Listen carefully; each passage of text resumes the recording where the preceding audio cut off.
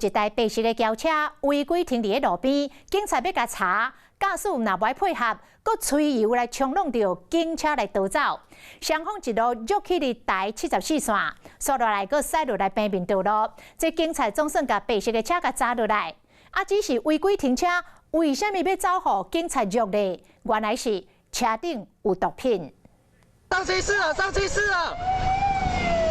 两台警用的奥特曼甲一台警车冲击了交流道，进入台74线。车路上车真多，车速度较紧，警车含警用的奥特曼伫车顶内弄来弄去，连续一台白色轿车，三大个双方伫北屯路交流道进入平面道路，继续捉。落尾警车将对方甲炸落来，远警将驾驶为车顶甲救出来。下车！对不起，下车！